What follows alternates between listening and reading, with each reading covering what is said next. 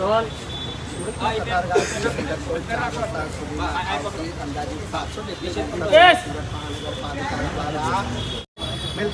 આ નોટિસ ફટકારવામાં આવી છે, પરંતુ મિલકતદારો દ્વારા આ નોટિસનો વિરોધ કરવામાં આવી રહ્યો છે અને જોઈ શકાય છે કે સુરત જિલ્લા કલેક્ટર કચેરી ખાતે આજે તમામ અસરગ્રસ્ત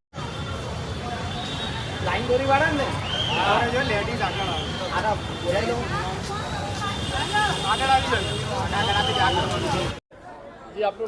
મારું નામ મનસુખભાઈ, હું નયનદીપ એપાર્ટમેન્ટમાં રહું છું.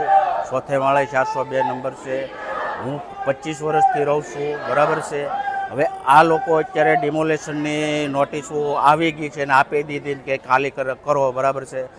હવે કહેવાનો મતલબ એ છે કે જે બિલ્ડરોએ એ એપાર્ટમેન્ટ બાંધ્યા તે પરમિશન તો આપી છે સાહેબોએ કે ભાઈ તમે બનાવો એટલો રોડ છોડે. તો હવે અત્યારે રોડની સમસ્યા છે, બરાબર છે. તો અમારી માગ એ છે કે ભાઈ ફ્લેટ સામે ફ્લેટ, દુકાન સામે દુકાન, ગરીબ માણસોને કોઈ હેરાન ન થાય. અત્યારે કે ધંધા બધા બેરોજગાર છે, કોઈની પાસે ધંધો નથી અને અત્યારે આ ડિમોલેશનની બધી ચર્ચા હાલે છે, બરાબર છે. અને હવે અમારી ઉંમરના તો કોઈ ધંધોય મળતો નથી. અમારે માઇન્ડ કરીને અમારે ઘર કરીએ છીએ, એમાંય ઘર તોડવાની વાતો છે. તો સરકાર આમાં થોડુંક ધ્યાન દે અને અમને જો રોડ પોળો કરવો હોય તો અમને ઘર આમાં ઘર આપે.